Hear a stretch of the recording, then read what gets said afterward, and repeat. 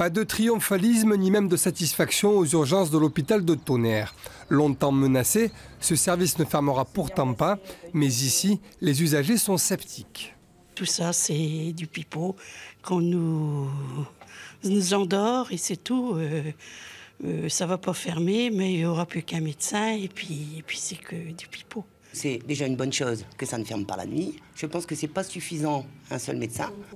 Après des mois de lutte et de mobilisation, le personnel est pourtant soulagé par l'annonce de l'Agence régionale de santé. Mais l'ARS demande à terme de fonctionner avec un seul médecin urgentiste la nuit contre 2 actuellement, une solution jugée inacceptable.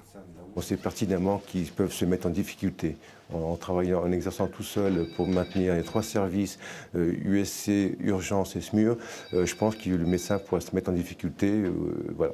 Il ne travaillera pas en sécurité pour le patient. Il faut donc 2 médecins urgentistes pour assurer l'accueil et faire tourner le service des urgences la nuit.